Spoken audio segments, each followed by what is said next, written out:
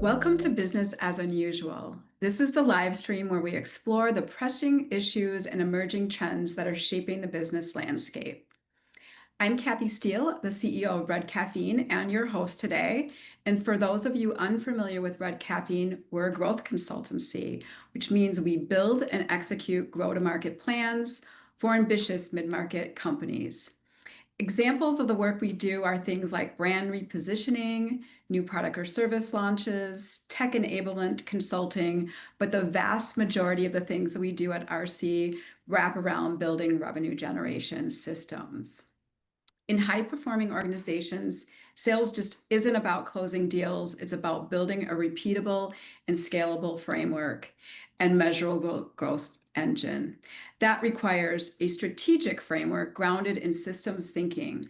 When sales and marketing are aligned to a company's strategic pillars, revenue, customer experience, operational efficiency, and enterprise value, it becomes a driver of long-term business success, not just short-term wins. Today, we're bringing two RC experts to share their point of views on the role sales professionals and marketers will play in the future, as well as today, in using sales intelligence to make better business decisions.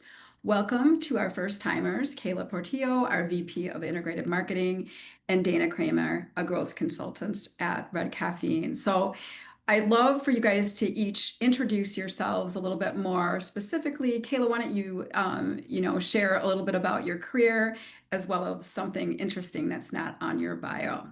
Sure. Thanks, Kathy. So I'm Kayla Portillo, VP of Integrated Marketing with Red Caffeine. I've been working as a marketing manager for about 20-ish years now, and have worked both as an account manager, as an in-house marketing manager, and really my role at Red Caffeine is to help connect the dots across all the different channels that we're working in to help our clients meet their strategic business goals and growth objectives, and doing that through both showing data that's going to be meaningful to inform marketing campaigns and also that will empower sales to close more business. What you won't see in my bio is I am an avid dance fitness enthusiast. So that is how I let loose when I'm not working. So that's my fun hobby. I love that. I love that. I'm a avid dance dishwasher. So There when you I'm go. doing chores that I don't like to do, I'm always dancing through them. So Dayna, Perfect. you take it away, introduce yourself, and tell us something fun that's not on your bio.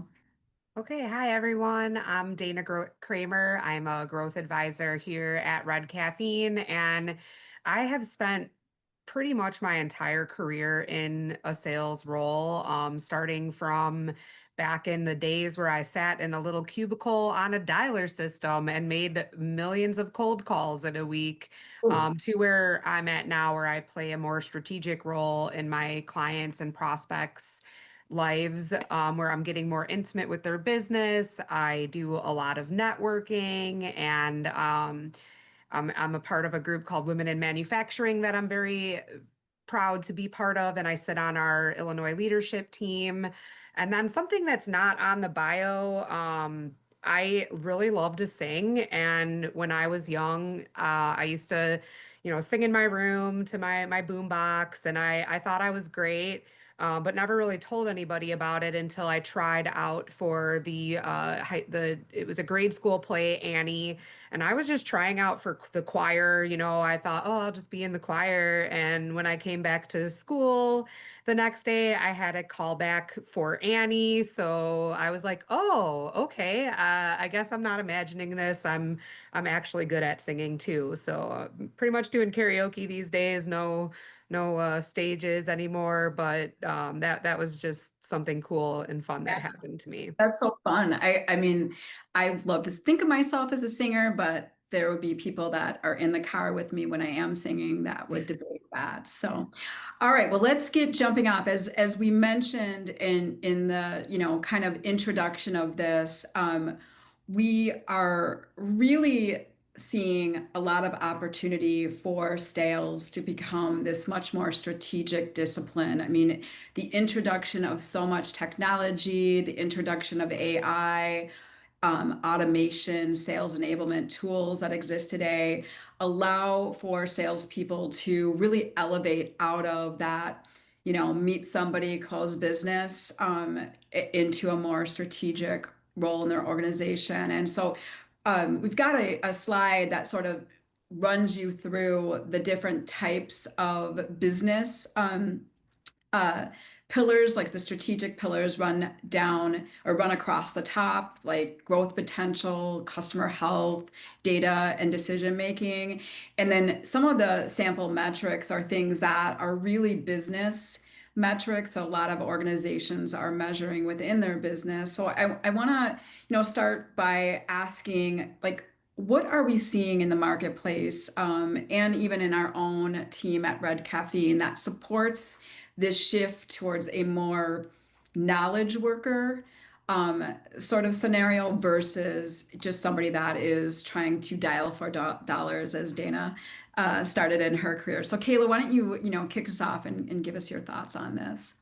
Yeah, definitely. I think, as more and more technology is being introduced into the sales process, we're also just seeing the expectations of those sales team leaders growing as well. And so, being measured on things like pipeline value and pipeline velocity, and then having the data to be able to equip their teams to actually help move the needle on those more business growth focused metrics. Um, and so I think one of the things we're going to dig into more today is really how to use the technology at your disposal to get at that information in an actionable way. But I think across the board, both at the sales leadership level and the frontline sales level, the expectation is really scaled up in terms of being able to recognize trends, being able to work more strategically, and being able to really move the needle on business growth goals with all of your sales activities.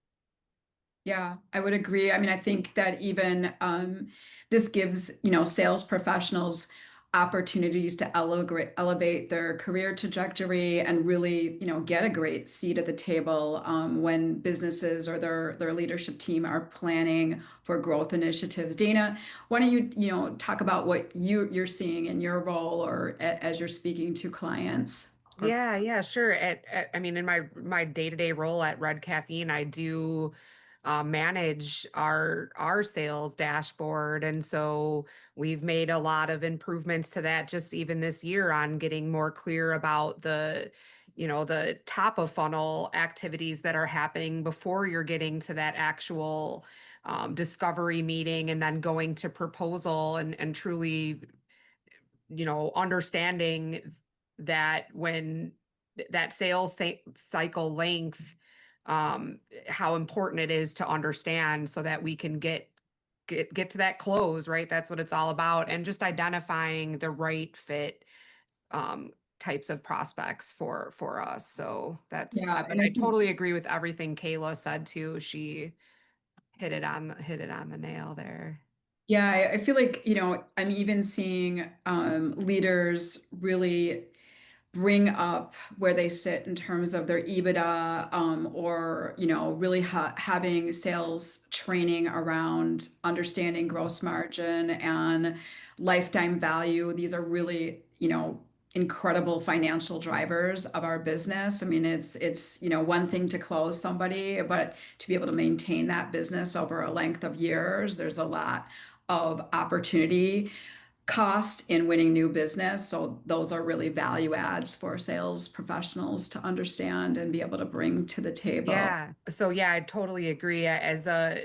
When I first started my role here at Red Caffeine, I wasn't familiar with EOS and so the entrepreneurial operating system, and that has, I wouldn't say I'm a CFO or anything, but really understanding that has given me, it's easier to get a seat at the table with the C-suite leaders, even though I don't yet have that title, since I have more of an understanding of their business and what it truly takes to make a dollar.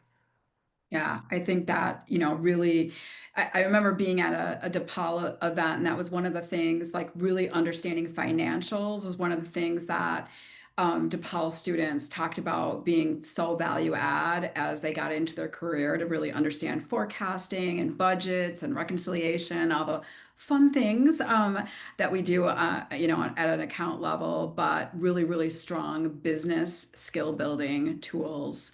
So I'm going to switch gears and start to kind of talk more specifically about CRM. I think that in our experience, we run the gamut to clients that have and are using technology and really have more enabled sales teams. But on the flip side, I think a lot of our clients, a lot of what we see in the mid-market is clients that have a CRM or don't have a CRM and are using some other tool to track sales information. But the sentiment still feels that they think it's kind of a necessary evil versus a business asset. So I'd love to have, you both talk about where the biggest mind shift we try to create around CRM use or, sales tracking. So Kayla, why don't you kind of lead this one off and tell us what you're seeing that we're doing across clients or in some of the examples that you have. Yeah, definitely. I think, in general, we know sales reps are incredibly busy and they have a million things competing for their time. And so it's easy to see how, the ask to do, track this in one more place or make sure everything that you do is updated here. It feels like a big ask and it could feel like a necessary evil. And I think the mind shift we're trying to achieve is really looking at your CRM like you would any other technology. It's a tool that enables you to do your job more strategically, more efficiently, helps you free up the time for the things that you actually care about and that are actually important to your role. And, there's a lot that goes into setting it up so that it can work in that way. But once you have a kind of implemented CRM that's adopted and used, it really is that tool that makes everything else easier. Um, just thinking about it like any other technology advancement, like moving from fax to email, for example. It's like who wants to go back to fax? You really don't want to do that. Getting to that level with your CRM where it makes everything else that you do that much more efficient and that much more productive, is really the mind shift we're trying to show people is the potential of it. It might take a little while to get there. It takes a little while to build the habits, but I think foundationally it does take a while to set up a CRM in a way that's truly useful for your business. And so taking the time to do that right can really enable those benefits and productivity gains that we want our clients to see. Yeah, I mean, I think that's such an incredible point is really getting those use cases sort of talked about as you're thinking about setting up the CRM. And I think Dayna, you had a firsthand preview in terms of your role at Red Caffeine and some of the things that you've done with our CRM. So why don't you talk about your experience in terms of striking the balance to data collection that's really meaningful and important versus it being a chore. Yeah, I mean, if your CRM is feeling like a chore, you're doing it wrong, right? So, I think we found that just really looking at the lead sources to start understanding that we are truly putting our efforts into the right places. So even just starting with your metrics and looking at, what's working and what's not, because once you start to show sales rep that this data is going to equip them to make the right types of decisions and uses of their time, then it helps them sell smarter and faster. So, when we started customizing our dashboards to show those leading indicators, like we were talking about earlier, deal velocity and the activities that are happening, it becomes not just a closed one report, right? It becomes more of like that, like your plan, your dashboard, what everything is rooted in. Yeah, yeah. I think we talk about like we scorecard a ton of things that, as you mentioned, EOS is the operating system that we use at Red Caffeine, but we've always been financially transparent as well. So we're looking at a lot of metrics in our organization, and sometimes there's just too many. So even, being willing to say like, hey, let's like throw out some of these because they're just not really helping us do our job better.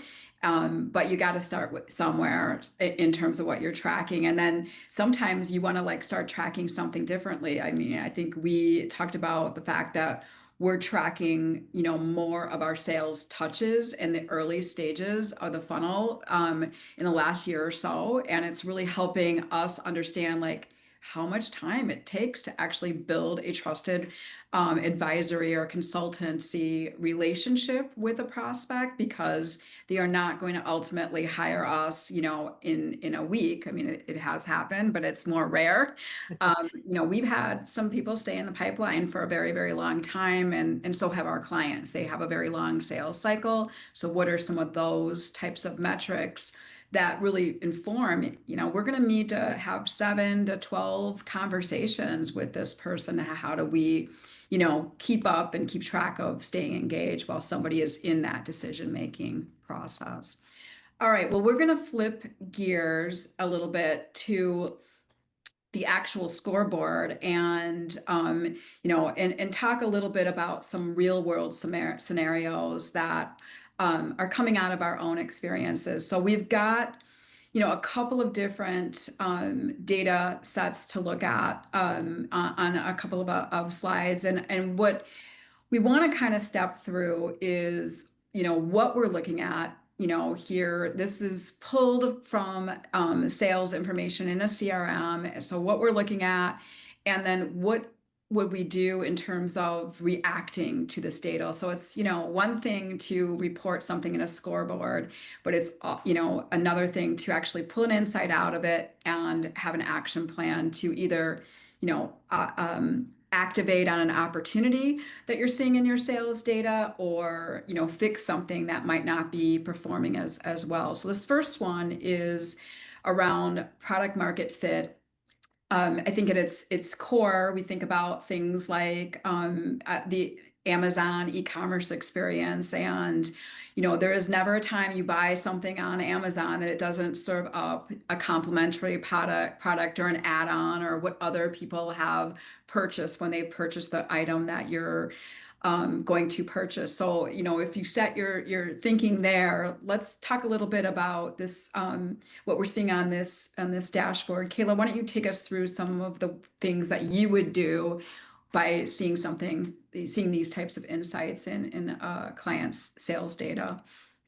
Definitely. Yeah, I think, obviously seeing kind of which bundles are leading to the larger deals is super helpful. And I think understanding also that the combinations that people are typically buying, what's a small upsell versus what's a bigger lift. And one of the other things that I've looked at previously with clients is like, what is that sequence? What product do they start, and what pain point motivates them to go for the add-on? And then how can we bundle those solutions to come to them with a more complete package that also happens to correlate to a larger deal size earlier in the sales process? And one of the things that I think is so useful about this type of visual is, if, depending on your average sales cycle length, being able to look at this sort of data over time and really spot instantly and visually trends in your data, they're going to help you inform how you go to market with certain products and certain bundles. Not only helps sales just have a more solutions oriented conversation, but also helps marketing really dig into, what are we pushing and how, and how is that messaging working around our products and the solutions that we're bringing to market. Yeah, I love that. I think, you also could look at an underperforming, like it looks like SKU A and B are sort of underperforming. Like, could you potentially team up SKU A and QC or D to, Hmm. help, reduce inventory if it's a product, or, make a less popular service offering or product offering more popular because you're bundling it with something that's been purchased more frequently. Dayna, anything, you want to share here on this analysis?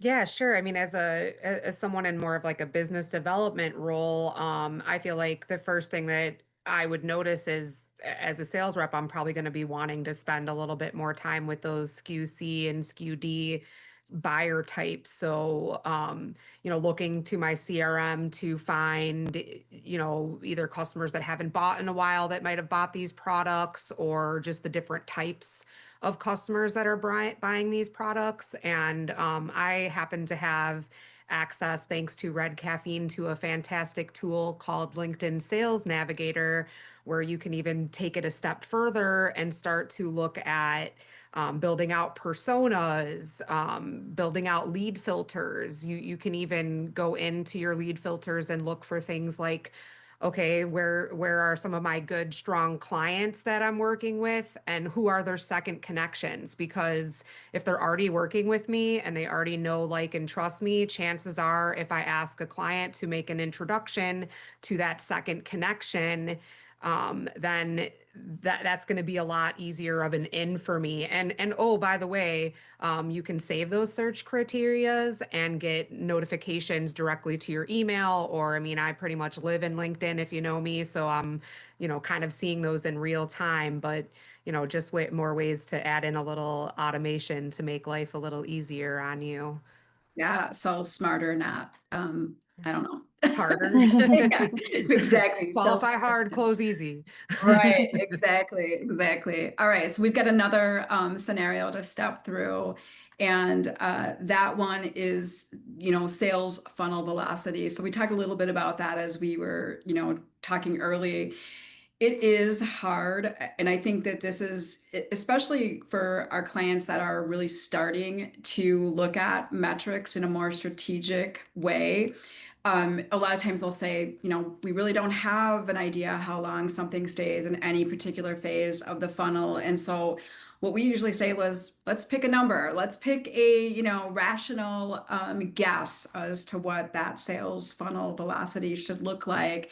Set a benchmark for each stage of the funnel, and then we measure it, and then we get it, a lot more realistic about how we look at it, once we've got some information. So in this capacity, Kayla, what would be some of the things that we might do in terms of solutions to improve funnel velocity so that we're getting closer to the targets versus what is actually happening?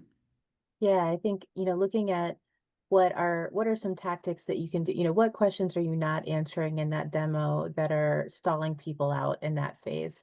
What might be missing from your proposal, or what might be tripping people up in your proposal that you could maybe get ahead of so that people can go through that phase faster? And I'm working with a client right now where we were having conversations around what are the criteria of those opportunities that fit closer to your ideal state, that we can try to build more of those opportunities and kind of structure our deals around ones that, have indicators that they might have more velocity in that sales funnel. So, we talk a lot about our ideal client profile and our persona targeting, but really looking at, like, what are those great fit opportunities that we do really well, that we can deliver on quickly, and that are easy for our buyers to, like, close and move on.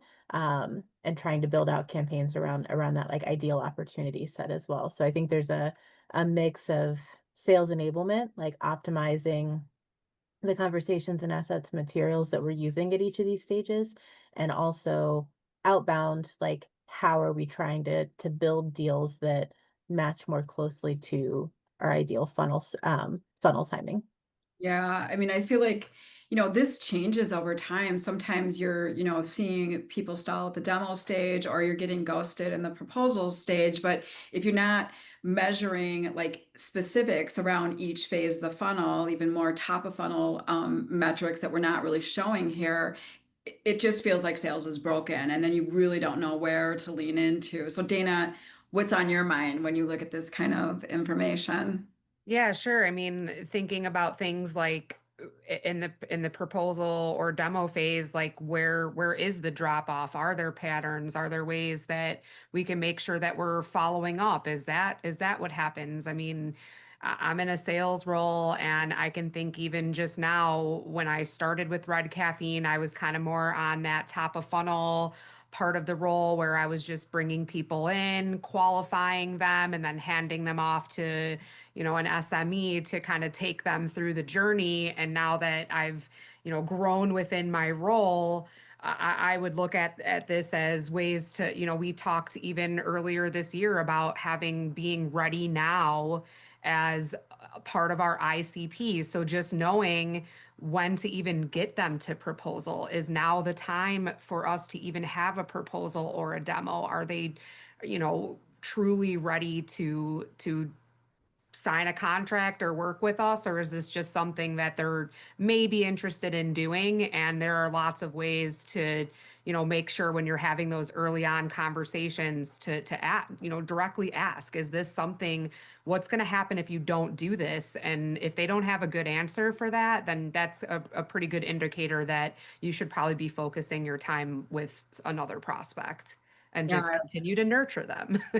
I think even, like I would say, one other thing that we found, and we don't really do demos per se, but we have, as competition has become, bigger for like we're competing more in a lot of the cases that with prospects. So being able to demonstrate beyond a case study what we can bring in terms of the value add that other agencies may not be able to bring to the table has been something we've introduced because we were seeing, more competition. In years past, we were the only, and people were either choosing us or choosing nothing. So, that kind of by measuring these different funnel phases and what's happening with them have allowed us to evolve and pivot when things, that used to work are no longer working for us. So, all right, one more to look at is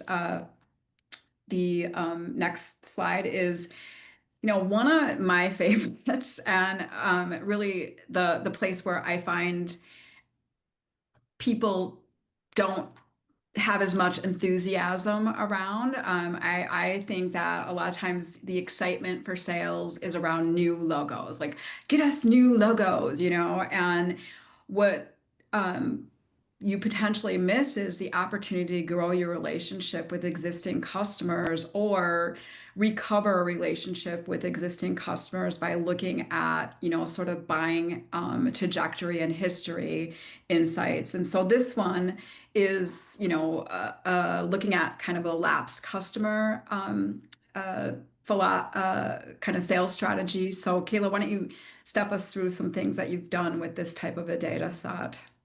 Yeah, typically we're starting by looking at like you do like a retrospective, you look at a year over year to see, where customers that were say maybe like if you have like A, B, and C tiers, they were an A customer last year, but they're down to a C customer this year, or they've fallen off completely. And you kind of do that retrospective and you identify what the points are that are actually meaningful to you. So I did this with a client recently where I looked year over year and their feedback was, well, year over year isn't really like I care if I haven't heard from them in 18 months. Mhm. On the flip side, I had a client previously who was like, if I haven't heard from them in a month, we're in trouble. And so, it really depends on the business, but look at that data and figure out what the indicators are that are most relevant for you. And then you can proactively build those into your CRM dashboards. So rather than waiting till the end of the year to realize someone has completely fallen off your radar or an account has, ordered only half this year of what they ordered last year and you have no idea why, you know, build in those indicators proactively where, okay, it's been 6 months and we haven't had a quote request come through for them, or it's been a year and they won't take any of our calls. And sometimes it's as simple as that person moved on, you've got a new contact there, but you're finding out earlier in the process when you can still do something about it. To your point, Kathy, to like salvage that relationship or kind of rebuild or strengthen that relationship versus being at the end of the year looking retrospectively and seeing, things that have completely fallen off when it's too late for you to do anything about it. So I'm a big advocate of doing a longer term view, pulling out the indicators that are actually relevant to your sales cycle and your markets and your customers, and then building those in proactively so that you can see on a regular basis exactly what this chart shows, who's at risk, or who's approaching an at-risk threshold, and then, taking whatever actions you can to get ahead of those. Yeah, I mean, I feel like this is the lowest hanging fruit of your sales process. And then it also is, a lot easier to expand your offering or services with a customer that likes you and trusts you already versus to sell a new one. So it's a really, really um, big opportunity for most organizations to lean in. Dayna, what would you, want to share here? I mean, I'm gonna bring it back to at Red Caffeine. We don't really think of our retention clients as just like a customer service opportunity, as you will. They're really thought of too as sales opportunities. So I think when you're looking at lapsed customers or even customers that you really wanted to win and you didn't win, there's still opportunities to invite them to those key industry events that are happening, letting them know about articles that you've seen or case studies, things that can, add value to them to still keep them warm and fuzzy and hopefully bring them back over to the win, right? So just again, making it not about just customer service, but really thinking of it as a sales opportunity. Yeah, I think too the one thing that we use these types of insights for is expansion of capabilities, like what is going on with our clients across the board or the marketplace across the board that we're not bringing to the table. We just got a piece of feedback in our customer satisfaction surveys that talked about this end-to-end solution that we're providing so that you are not having a revenue dip because something else has risen to the top as a priority for a client, because you're in front of where they need to invest and you're bringing services or solutions to support them in that journey, because we're all as businesses focused on different priorities year over year. How do you stay kind of in front of what is most important to your client base at the time? So, all right, that was some great information sharing. I'm going to move on to a question around clients, with shifting from reporting to really sharing insights. So, how are we thinking about automation, dashboards, and AI? How are we helping clients really modernize their sales ops without overwhelming the team? I mean, we're already seeing pushback on using CRM. What are those types of things that we're doing to help them, really adopt these technologies and solutions? Yeah, I think, kind of getting to one of the points we made earlier, so much of it goes into how you architect the CRM and how you set it up to reflect, I think what you mentioned earlier, Kathy, of like those actual day-to-day use cases. Like, how are people selling now, and how can we have our technology reflect their current process versus asking them to completely adopt a new way of selling, while also, hitting their metrics and KPIs. And I think there's the architecture piece of like building in lead scoring models, building in strategic automation, but then also to the point, Dayna, you were making earlier around, if you consider your CRM mature, you're using it wrong.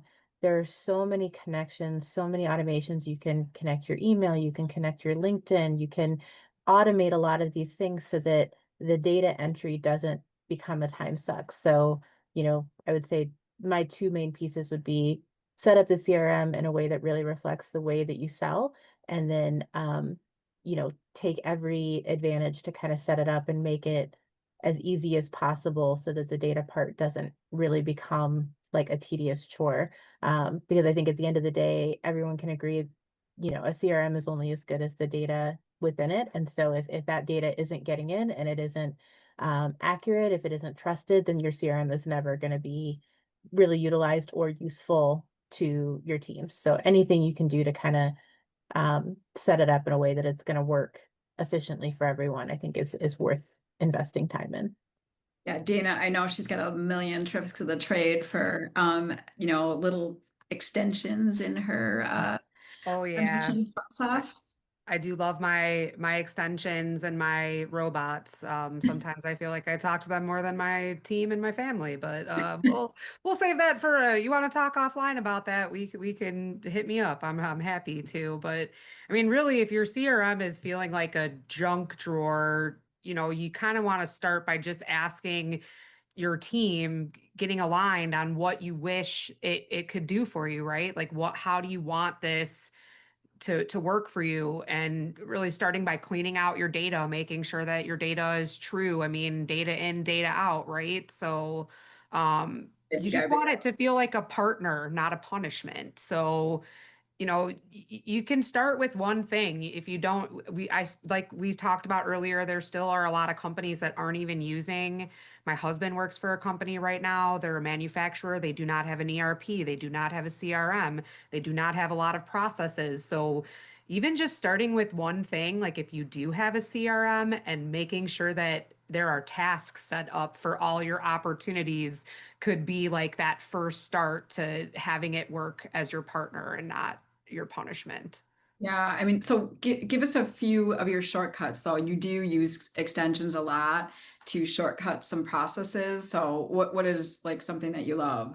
So I love setting up templates in Gmail. You can if I we use Gmail here, but I'm sure every platform now is pretty much the same, right? They're all so similar. So just setting up some, quick email templates that you can set, or CRMs also have that option too, to have them embedded within the CRM. So after you have that lunch or meet up with someone, you can quickly get that email out to them to continue the conversation.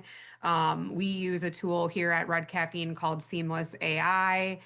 You can do things like import leads. Like if you get we just got a new lead in the system the other day, and it was really nice to just be able to click on their website and hit a little button and import it right to Salesforce so that I don't have to add in all of that data manually. And another tool that I use since I do a lot of networking is called Wave AI. So it's a recording tool. I use it at public networking events to kind of be able to stay present and be able to get a takeaway right from this app. And then I can also take that recording, and sometimes I'll put it into Chat GPT afterwards and do things like give my team an update on the things I learned about whatever industry, trade, or trend I'm attending, or help me give a better LinkedIn post that's more in line with what was actually happening. And just like I said, it keeps me more present, and I don't feel like I have to be taking notes all the time. So those are just a few. I have many more, so Yeah. always happy to have a chat about those things. Yeah. I mean, and I think we love kind of learning from each other too, in terms of how we're using these tools, because, I feel like every time I do something that takes a lot of manual time, then I'm like, all right, how should I have done this using automation and AI? And then I'm like architecting my process moving forward. So, it's Yeah. also just about continuing to kind of build on some of these tool sets. One Um, thing I do want to call out really quickly though too is while these tools are all great, like you as the user still need to stay in control of things like AI. So that means like checking your resources. I mean, if you have a paid version of Chat GPT, you can ask it to source things for you now so that you're getting the right data and accurate information. But I'm a millennial, so I come from a world where when I was in high school, we had to have three references for everything we quoted. So I do like to just make sure that I say check your work. You want to be AI assisted, not AI replaced, because it's not going to take over the world, but the people who know how to use it are probably going to take over the world. So. Yeah, great point. I do want to circle back to kind of an old school templating thing that we've done across a few clients in terms of being able to respond maybe to a lapsed customer campaign where we've created more personalized looking emails through automation. Now they're still connected to a sales rep, but they're not having to physically go in and create 100 hey, how's it going? You haven't ordered from us in a while, like emails that we're able to automate some of those things. But when somebody is a ready buyer, we're able to respond personally. So, using automation AI in places where it makes sense, and then using personalization and human interface to kind of get something to the next stage. So to kind of build on that, one of the things that I think that we do well is really, especially from the marketing side, how do we make sure that we're not working in these silos? It's like one of the worst things I hear in the sales process is I don't ever use anything that marketing's created, or they don't understand, they're not in touch with what we're going through in the sales process. So how do we, suggest pushing this information to reps for a more strategic approach to selling? Kayla, you want to share a couple thoughts here?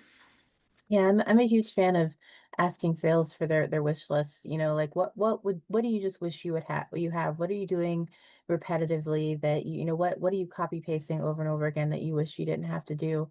And I'm working with a client now where we're piloting a CRM automation project where we're essentially asking like who's got something that's working really well, who's got a cold opener that just nails it every time, who's got a really great lapsed customer outreach, or who's got a great just checking in on this proposal email that you feel really good about, and then getting that to marketing, templatizing it, and then making it accessible within the CRM. But I think a lot of times what comes out of those conversations too are like, what does sales wish they knew? Like when they're looking at their list of every opportunity, every prospect, everyone they're working, would it be helpful to know who was on your website this morning? Would it be helpful to know who spent 5 minutes on your pricing page last week? Would it be helpful to know, which companies are clicking on your LinkedIn ads most frequently? Like, what information would you actually take and act on?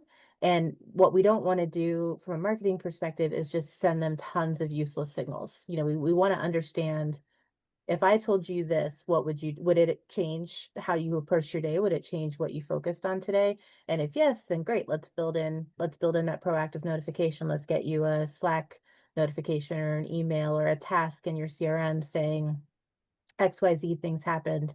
So here's a suggested follow-up for this account or this prospect. But I feel like what a lot of CRMs do is they track everything. And so I know I've like been in that position where I go look at a record in Salesforce and you see they received this email, they clicked on this email, they opened this email, they visited this website, they visited 3 websites. It's like that doesn't tell me anything, but a summary at the top saying, this person just engaged for 15 minutes with content that you sent.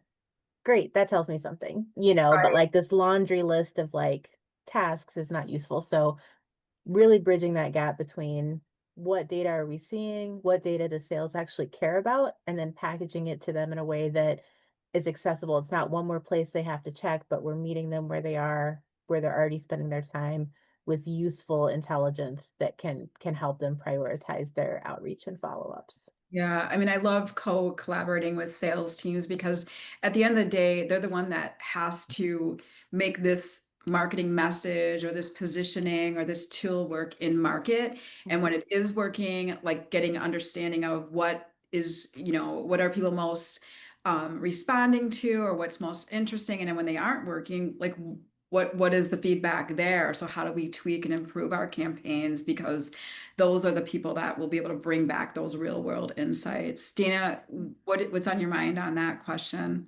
Yeah, I just kind of piggybacking off what Kayla said on the sales side of that, when you have a real alignment between your sales and marketing team, and the sales side not only understands what marketing is doing, but also what their part is going to be in that, Right. so that we can plan and prioritize, because marketing spends a lot of time putting together these, great campaigns and hoping to get some marketing qualified leads that our salespeople can turn into sales qualified leads. So just being able to prioritize my week to know when I'm going to need to block some time out to do the follow up and be available. And then also being ready to just respond on the fly because that happens a lot in sales. So when I get those Slack notifications about the right things that I care about, like Kayla was talking about, it makes me get my butt right in gear and say, okay, I need to hop on the phone with Bob Joe, and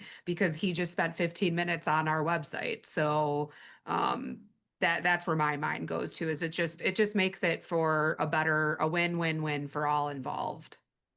All right. Well, I think those are, great examples. So I'm going to ask, um, for people that are setting up a CRM or trying to level up their CRM so it's more useful, what would you both share as, a couple of things that are maybe overlooked but very valuable for driving revenue, new business or retained business? Kayla, what are your thoughts there? Yeah, I love tracking, marketing touches and lead sources. So I think really understanding what's bringing people in, and then also what they last interacted with before an opportunity is becoming, viable, or before they're having a conversation with you. I had a client previously who had an e-commerce product that had a much longer than expected sales cycle, and once those deals started to close, we saw that a lot of times their first touch was as long as 18 months ago. But then, really looking at what was the content that got us on their radar, and then what was the content that actually made them convert, and really compressing those to shorten that sales cycle as much as we could was super valuable intelligence. I had another client that used to kind of consolidate all that into what they called a last interesting moment field in their CRM. So it was just like, I don't care what it was, but these are the things I care about, and this is what I'm gonna push out to sales. So I think anything that helps the sales team understand how are people coming to us, and then can indicate what types of conversations are they likely to want to have with us, what do they know about us already, just really sets the sales team up for having a more impactful conversation. Yeah. Dana, what would you share? What do you think are the most important things? Yeah, so just a few. I mean, I kind of agree also on the lead source. Really even getting granular on the ROI on it. I noted that I spend a lot of time networking, so I want to be paying attention to, those networking leads, those referral leads with my strategic partners, so that I know, where I'm spending my time is useful. Another metric I think of is kind of, Kayla kind of talked about it a little bit too, but the time that these opportunities that are in whatever stages. So I shared a little bit about it before, but we previously would just track pretty much from proposal to close, and that there's a lot of missing parts there, basically from the first discovery meeting to close, I would say, to back up a little.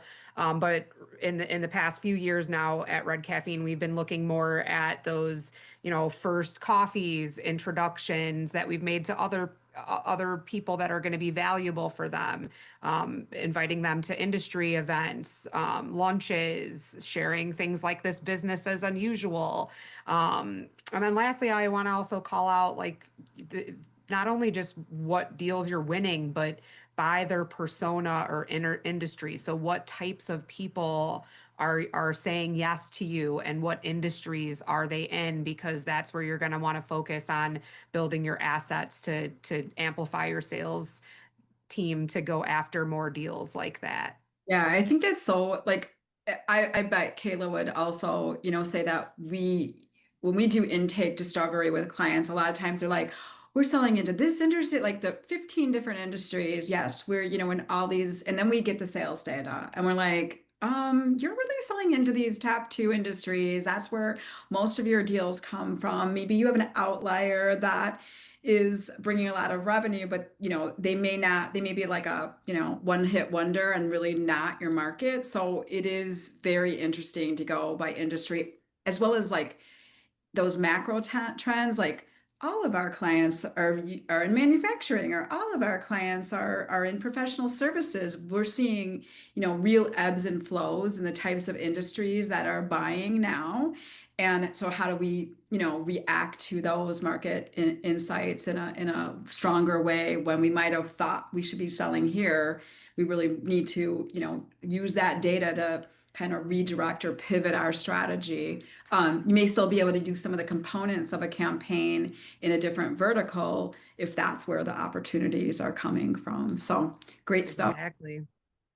So, thinking about speaking the language of business, you know, how do we train our clients team and our own internal team to speak those languages of business? Kayla, I'm thinking kind of about customer lifetime value or MRR, things like that. What are you guys doing in the prep process with clients to help them really understand those types of variances or nuances in the right focus on the right types of deals?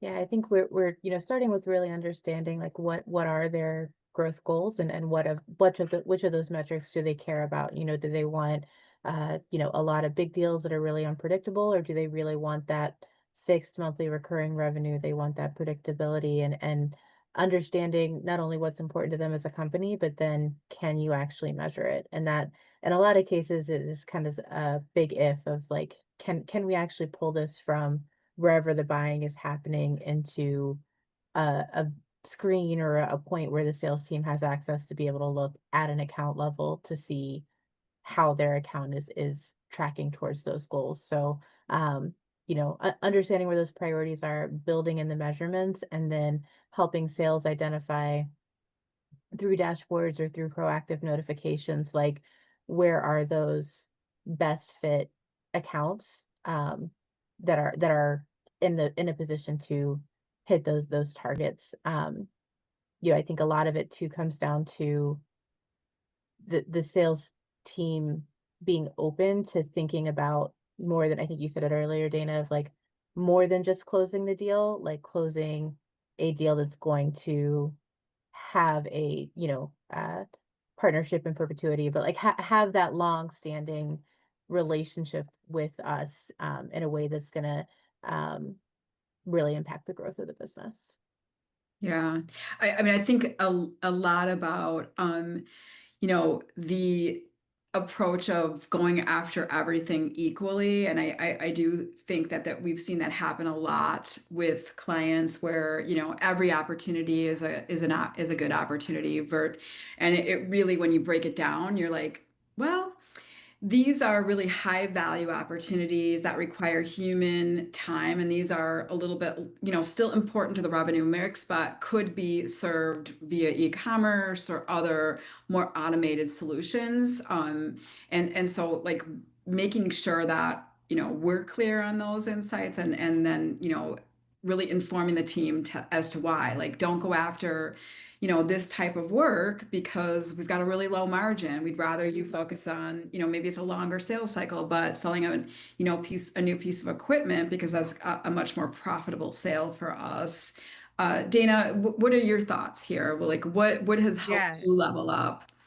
Yeah, I mean, really, I completely agree with everything Kayla was saying because it just really helps us reps have that mind shift from quota chasing to, building legacy, right? So, you know, salespeople, we can't just be thinking in terms of leads anymore. We really need to be knowing what kind of deals are profitable.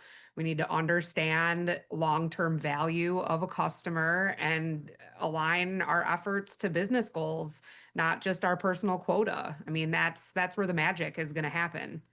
Yeah, I 100% agree. All right, well, I'm going to close it out with one final question about like kind of looking forward or, looking at something that we've seen done in the past, in terms of tech adoption or CRM adoption or underutilization. What is one of the first things you suggest people fix or focus on, to kind of level up?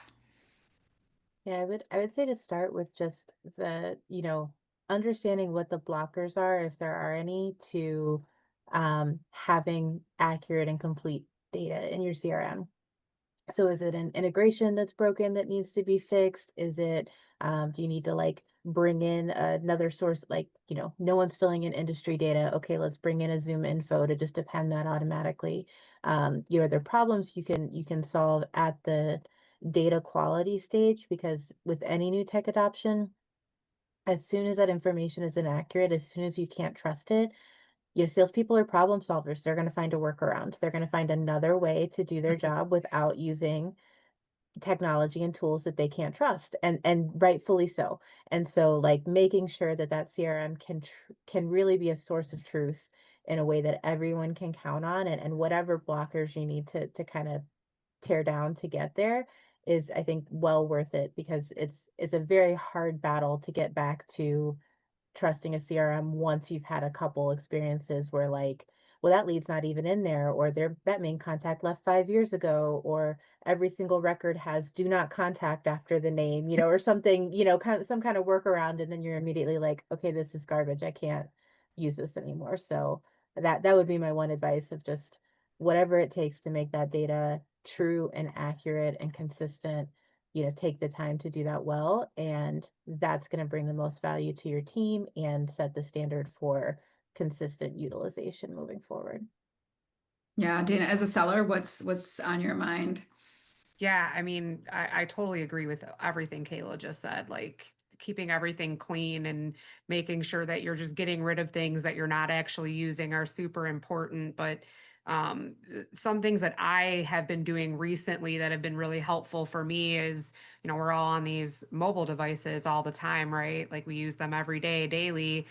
So when I have that first meeting, I do a lot of like in-person meetings. So I've been recording things about these meetings right away, fresh, while they're in my mind, like things that I'm learning about them. I do tend to have a longer sales cycle, so it's important for me to remember all those things about people and put that right into my CRM right away. So just really staying consistent. Once you've built what Kayla has described, finding ways to help yourself stay consistent, blocking your calendar for 15 minutes to a half hour after a sales call so you can have the time to do those things. And really, you just start with one thing and build from there. You don't have to do all of this overnight.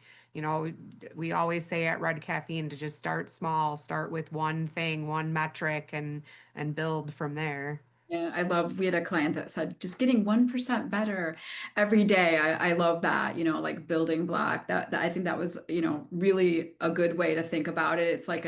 It's a journey. It's not going to, you're not going to go from 0 to 100 in a week. You are going to go on a journey. And I think that we found that that is probably the best way to really go deep in tech adoption, is to, start small and then evolve over time, and really show people meaningful things that you're getting from that investment of their time, as well as being willing to say, like, let's quit tracking this because it really is not doing anything to, grow our business or improve your sales outcomes. So all right. Well, thank you guys so much. This has been really, really fun. I mean, I get to talk to you both a lot, but it really is great to like have this depthy conversation about a topic that I'm very passionate about, sales. And so if you are in our audience today or viewing this, and you want to have a further conversation with Kayla or Dayna, here's their information. Feel free to reach out to them via email or their LinkedIn accounts, and just make sure to say that you saw them on Business as Unusual so they know that it's coming from there, as we're tracking our lead sources or our network growth sources. We want to know, that insight as well. As always, I want to give a special shout out to our sponsors. So we've got HR Source, and they are really that go-to resource for employers. They've got an HR hotline, an exchange survey data, and the most current and accurate, reliable compensation survey available, in addition to legal services and fractional HR staffing resources. So really, really great group of humans, and we frequently have Mary Lynn on Business as Unusual. And then as well, M3 Learning, and that's Tom Latteray.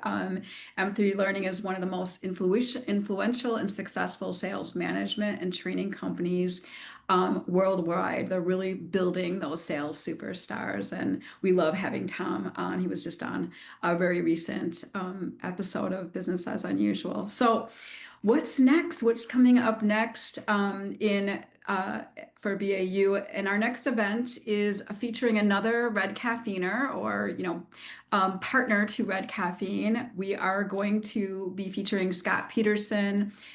He is a sales enablement and sales expert, and he is going to be really helping us go deeper into some of our sales insights. So we're really understanding and defining who our best clients are, as well as, growing our relationships and focus to attract those types of clients. So we're going to talk a little bit about how to define your ideal client profile, and it's probably likely different than you've done in before. We're gonna help you walk away with some tools and frameworks to really understand where your best deals are coming from. When we do this exercise with clients, it's so interesting what they think in the beginning of the conversation and where they start to move people as we think about who is truly a blue chip profile versus who's dirty money, or